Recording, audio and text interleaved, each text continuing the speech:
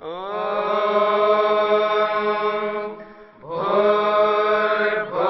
स्वः तत्सवितुर्वरेण्यं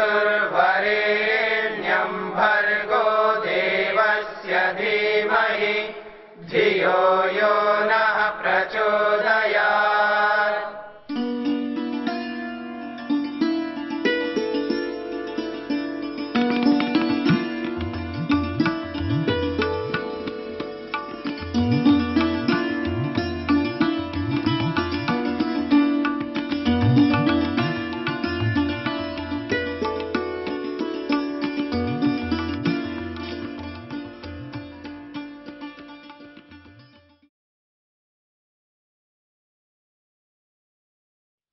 योग विद्या के अंतर्गत मन का प्रसंग चल रहा है। मन का स्वभाव किस प्रकार का होता है। मन के संदर्भ में मन के कारणों पर विचार करते हुए हमने समझने का प्रयत्न किया। सत्व के कारण मन में क्या परिवर्तन होता है, रज के कारण मन में क्या परिवर्तन होता है और तम के कारण क्या परिवर्तन होता है।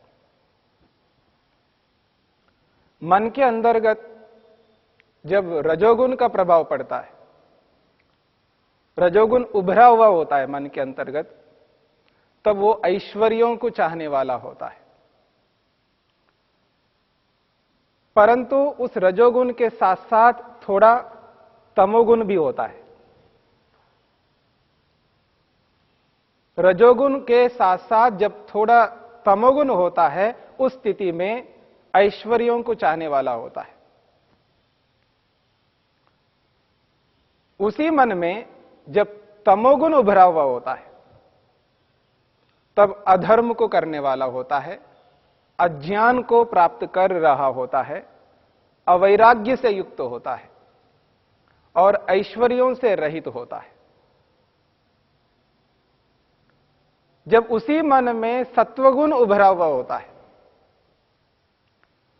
और उस सत्वगुण के साथ साथ थोड़ी मात्रा में रजोगुण की स्थिति होती है, जिसको हम कह सकते लेश मात्र, बहुत कम मात्रा में जब रजोगुण सत्वगुण के साथ युक्त होता है, तब वो धर्म करने लगता है,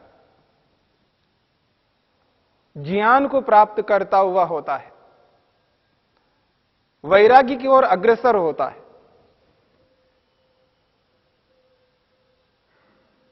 एक स्थिति है तमोगुण की और एक स्थिति है रजोगुण की और एक स्थिति है सत्वगुण की। एक एक गुण यानी एक एक स्वभाव उसमें यदि उभरा हुआ होता है, तो उस स्वभाव की जो उत्कृष्ट स्थिति होती है वो उससे युक्त होता है व्यक्ति। यानी तमोगुण उत्कृष्ट स्थिति में उभरा हुआ होता है तो अधर्म से युक्त होता है, यानी उत्कृष्ट अधर्म से युक्त होता है।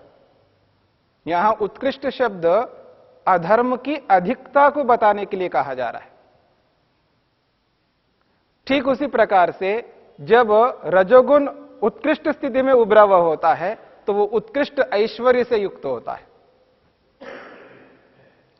वैसा ही जब सत्वगुण उत्कृष्ट रूप में उभरा हुआ होता है तो वो धर्म से, वैराग्य से, ज्ञान से युक्त होता है। लेकिन इनके साथ में थोड़ी थोड़ी मात्रा में और स्वभाव उभरे हुए होते हैं। तमोगुण जब अपनी उच्च चरम स्थिति में होता है तो उसके साथ थोड़ी मात्रा में रजोगुण होता है। ऐसे रजोगुण उत्कृष्ट चरम स्थिति में होता है तो उसके साथ में सत्वगुण रहता है। ऐसे ही सत्वगुण उत्कृष्ट स्थिति में होता है तो उसमें थोड़ी मात्रा में रजोगुण उभरा हुआ होगा।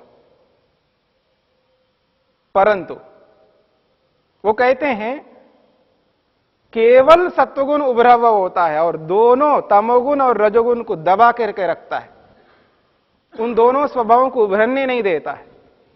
तब वो कहता है तदेव रजोलेशमलापेतम स्वरूप प्रतिष्ठम सत्वपुरुष अन्यता ख्याति मात्रम धर्म मेघ ध्यानोपगम भवति। तदेव वही मन रजोलेश मलापेतम, जो सत्वगुण की स्थिति में व्यक्ति धर्म करने लगता है, वैराग्य की ओर बढ़ने लगता है, ज्ञान विज्ञान को प्राप्त करने लगता है, अच्छी स्थिति में रहता है, प्रसन्न रहता है, परंतु उसमें लेश मात्र रजोगुण उभरा हुआ होता है।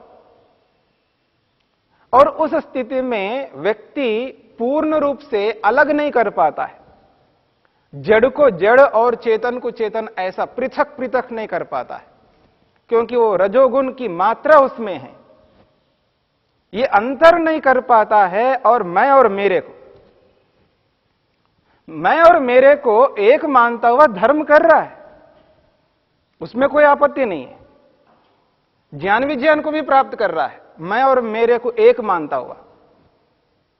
स्वास्वामी संबंध को, मैं और मेरे को एक मानता हुआ, वो अच्छे काम करता हुआ जा रहा है, परंतु वहां उसके अंदर सत्वपुरुष अन्यता ख्याति की स्थिति नहीं होती है। सत्वपुरुष अन्यता ख्याति का मतलब है विवेक ख्याति, और विवेक ख्याति का अर्थ होता है जो वस्तु जैसी है उसको वैसा मानना। यूं तो हम लोग मानते ही हैं, जो वस्तु जैसी है उसको वैसा मानते हैं, पर वैसा मानते हुए उसको वैसा ही नहीं रख पाते, उसमें परिवर्तन करते रहते, बदलाव करते रहते। व्यायाम करना चाहिए, वास्तव में करना चाहिए, एहसास होता है, विवेक है, लेकिन वो विवेक बना नहीं रहता, वो विवेक बना नहीं रहता है। इसलिए महर्षि पतंजलि कहते हैं वो जो विवेक है वो विप्लव वाला है। विप्लव का मतलब है हट जाने वाला है, पृथक होने वाला है। मन के अंदर वो विवेक बना नहीं रहता है। फिर वो कहते विवेक ख्याति रविप्लवा, विवेक ख्याति रविप्लवा हानोपाय। हान का जो उपाय है, हान का मतलब है मोक्ष, मुक्ति, समाधि, ईश्वर का साक्षात्कार, आत्म साक्षात्कार। अविप्लव वाला जो विवेक ख्याति है, न हटने वाला जो विवेक है, जो वस्तु जैसी है उसको वैसा मानना और उसको वैसा ही मानते हुए रहना, न हटने वाला विवेक, वो विवेक जब रहता है व्यक्ति के अंदर, तब वो सत्व पुरुष अन्यता ख्याति। वो जब कभी भी किसी वस्तु के साथ जुड़ता है, चाहे अपने शरीर के साथ जुड़ता है, अपनी इंद्रियों के साथ जुड़ता है, मन के साथ जुड़ता है, अहंकार के साथ जुड़ता है, महतत्व रूपी बुद्धि के साथ जुड़ता है, या और किसी अन्य चेतन के साथ जुड़ता है, माता पिता जो भी संबंधी आपस परस्पर जो उसके साथ में जुड़े हुए हैं, निकट से निकट व्यक्ति, दूर से दूर व्यक्ति, चेतन हो या जड़ हो, सबके साथ व्यवहार करता हुआ विवेक ख्याति से युक्त होता है। पृथकत्व का अनुभव करता है, पृथक पृथक बोध करता है। मैं तो मैं हूं, केवल हूं, अकेला हूं, मैं तो केवल चेतन हूं, और ये जो शरीर है ये मैं नहीं हूं। शब्दों से नहीं कह रहा, वो शब्दों के साथ साथ इस शरीर को अपने से अलग पृथक मानता है। ये जो पृथकत्व का बोध है, इसी का नाम विवेक ख्याति है। जो वस्तु जैसी है उसको वैसा ही मानता है और वैसा ही उस शरीर के साथ व्यवहार करता है, ना हटने वाला विवेक है। जब ना हटने वाला विवेक रहता है व्यक्ति के अंदर, तब वो व्यक्ति स्वरूप प्रतिष्ठम, उसका जो मन है वो अपने निज स्वरूप में प्रतिष्ठित होता है। उसका जो स्वभाव है मन का, शांत रहना, प्रसन्न रहना, ये मन का स्वभाव है। स्वरूप प्रतिष्ठम मनः, वो मन अपने निज स्वरूप में विद्यमान रहता है। उसी स्थिति में वो कह रहे हैं धर्म मेघ ध्यानोपगम भवति, धर्म मेघ नामक समाधि को ओर बढ़ता है। धर्म मेघ नामक समाधि वो है जो आत्मा को होने वाला सर्वोत्कृष्ट अनुभव है। जीवात्मा को जो अनुभव होता है, जो अनुभूति होती है समाधि में, वो उत्कृष्ट अनुभूति होती है। जीवात्मा को होने वाले अनुभवों में श्रेष्ठ अनुभव है मैं अलग हूं, आत्मा हूं, चेतन हूं। और ये जो मन है, ये जो शरीर है, ये इंद्रियां हैं और जो बाहर के पदार्थ हैं और मेरे साथ जितने जुड़े हुए लोग हैं, ये सब मुझ आत्मा से अलग है, मेरे अंश नहीं है। जैसा कि माता पिता, भाई बहन, वो जो अनुभव करते हैं ये मेरा ही है, बोला भी जाता है मेरा आधा भाग है ये, उसको अपने से अलग नहीं कर पाते। भाई और भाई अथवा बहन और भाई आपस में जब जुड़ते हैं, युक्त होते हैं, ये दोनों एक ही चीज के दो विभाग मानते हैं। वो जो स्वस्वामी संबंध है, परस्पर का संबंध, चाहे वो माता पिता का हो, चाहे भाई बहन का हो, चाहे वो पति पत्नी का हो, या किसी भी व्यक्ति के, माता पुत्र का हो, जो एक अंश की स्थिति रहती है। हम दोनों एक ही चीज से आए हुए हैं, एक ही माता पिता से आए हुए हैं। ये जो स्वस्वामी संबंध है, उस स्वस्वामी संबंध को सर्वथा पृथक कर देता है, अलग कर देता है, पृथकत्व का अनुभव। हंस के बारे में सुनते हैं, हंस, नीर क्षीर विवेकी। नीर का मतलब पानी, क्षीर का मतलब दूध। दूध और पानी को अलग अलग करता है हंस। ये जो हंस है, उसकी जो उपमा दी जाती है, एक सन्यासी के लिए, एक विरक्ति के लिए, एक वैरागी के लिए, एक विवेकी व्यक्ति के लिए, आत्मद्रष्टा व्यक्ति के लिए, ऋषि के लिए इस शब्द का प्रयोग करते। परमहंस, हंसों में भी परम है। और हंस की जो उपमा दी जाती है वो इसलिए दी जाती है, हंस के अंदर एक विशेषता है,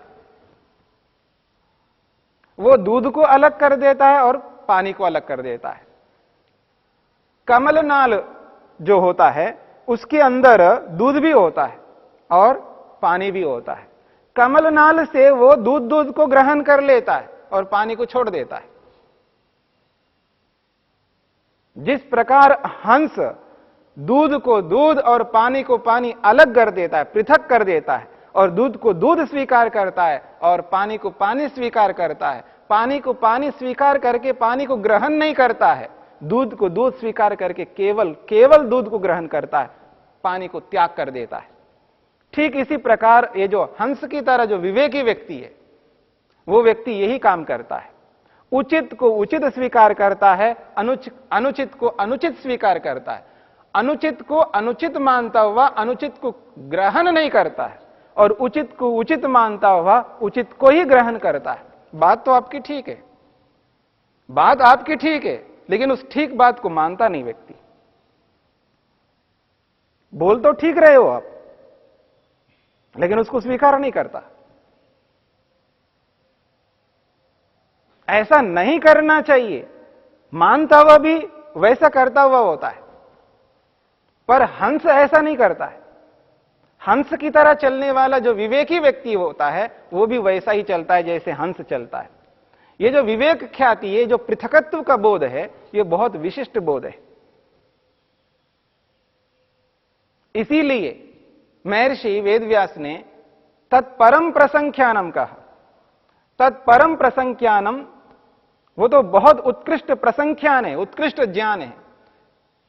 योगी को होने वाला आत्मा से संबंधित जो ज्ञान है, मैं एक आत्मस्वरूप हूं और जड़ पृथक है मेरे से, समस्त जड़ पदार्थ मुझ आत्मा से सर्वथा पृथक है, हम दोनों एक नहीं है, ये जो उत्कृष्ट ज्ञान है बहुत विशेष ज्ञान है।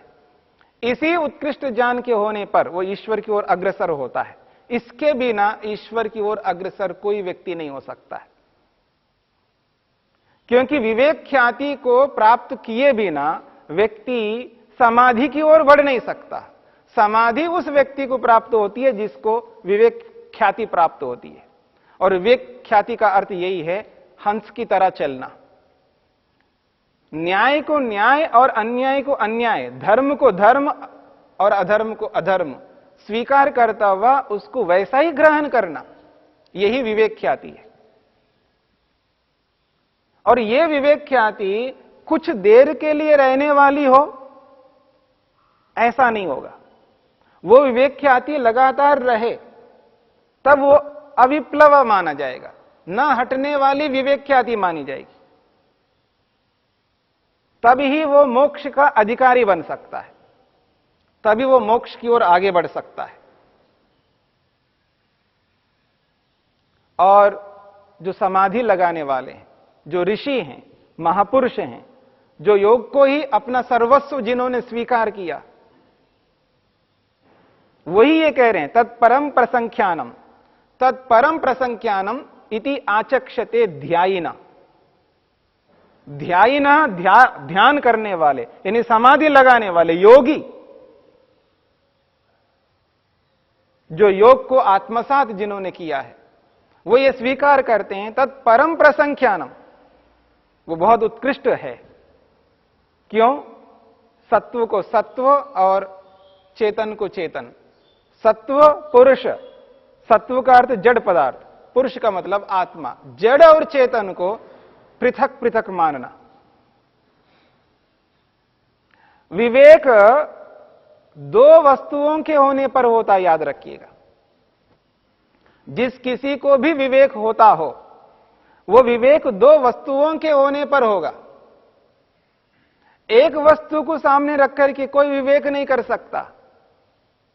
उस एक वस्तु के साथ में दूसरी वस्तु जुड़ी हुई होनी चाहिए, वो सामने हो या ना हो, पर उस एक वस्तु के सामने दूसरी वस्तु उसके साथ जुड़ी हुई होनी चाहिए। उस एक वस्तु को देखता हुआ दूसरी वस्तु को उस एक वस्तु से पृथक करता है व्यक्ति, अलग कर देता है।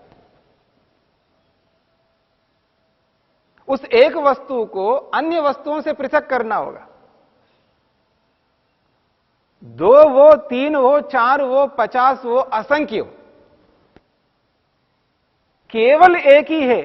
ज्ञान में, मन के अंदर जो ज्ञान चल रहा है, उस ज्ञान में एक ही वस्तु है, तो उसको विवेक नहीं हो सकता। उस एक वस्तु के साथ दूसरी वस्तु, तीसरी वस्तु, कितनी वस्तु हो, लेकिन कम से कम दो वस्तु होने चाहिए, तब जाकर के वो पृथकत्व का बोध होता है। ये अलग है और ये अलग है। यही विवेक ख्याति है। और यही विवेक ख्याति न हटने वाली होगी, अविप्लव वाली होगी। विप्लव का अर्थ होता है हट जाना, और अविप्लव का अर्थ है न हटना। और वही हान का उपाय है, मोक्ष का उपाय है, समाधि का उपाय है, मुक्ति का उपाय है, निश्रेयस का उपाय है। उस हान वाले उपाय को, यानी विवेक ख्याति को प्राप्त करने के लिए, उस विवेक ख्याति को मन के अंदर बिठाने के लिए, मन को प्रसन्न रखना, मन को शांत रखना, किसी भी परिस्थिति में मन को विचलित नहीं होने देना, जो मन का स्वभाव है, स्वरूप प्रतिष्ठम, मन अपने निज स्वरूप में प्रतिष्ठित रहता है। तभी जाकर के व्यक्ति अपने मन के माध्यम से निज स्वरूप में रहता हुआ उस विवेक ख्याति को प्राप्त करके हान तक, मोक्ष तक पहुंच सकता है।